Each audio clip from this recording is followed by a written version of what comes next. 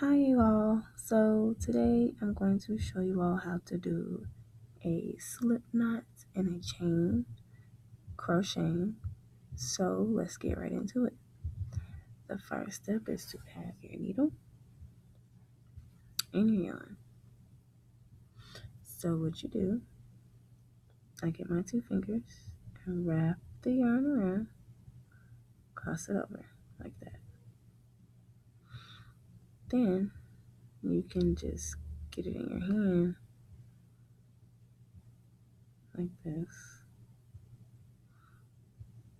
and tuck that in a bit and pull it until it tightens. Then add your needle and pull both ends. Or what I like to do is get your yarn, wrap it around those 2 fingers, flip those 2 fingers over as you can see. Get that little tail. It's still crisscrossed in the front, by the way. Get your tail. You stick this tail in under there, under this. So you get your tail. This is the tail, the short end. And you tuck it under this loop that you created. So you just do that. Tuck it a little bit, don't pull it all the way through. Then get your needle. Put your needle through this part you tucked, and take your fingers out. Grab both ends of the string and pull. To me, that's the easier method. You don't have to make it too tight. This is a good tightness because you don't want the yarn to be too tight on here, the tension to be tight. So once you have your slip knot and it's on your needle, I'll just go ahead and show you how to make a chain.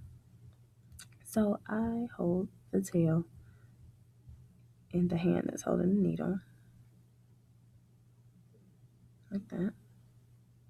Then what you do is get this yarn and you wrap the yarn around the needle like that. Then grab this part right here. This is the tail end. Grab the tail with your left hand right at the knot just to make it secure. And with your hook part of the needle, hook onto this yarn and pull it through the hole. Put the tail back into the hand with the needle. Get this yarn hand, wrap the yarn around the needle again, like that. Grab that tail part with your left hand, just so it can be nice and tight, and pull it through again. And I'll just make it big so you all can see. It will be kind of loose, but this is just for the purpose of you all seeing better. So I have this. I'm going to wrap it around. I'm going to grab this part.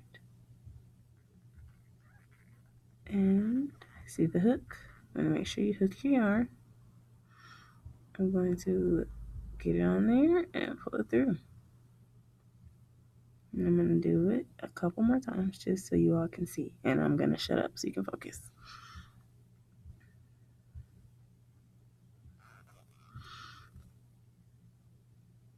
Once your chain gets long enough, you don't have to keep switching back and forth between hands with the tail.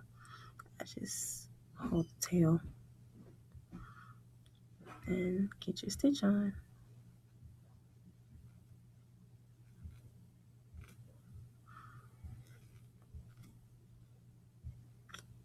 And there you have your chain. So that's it, and I hope this helped you guys.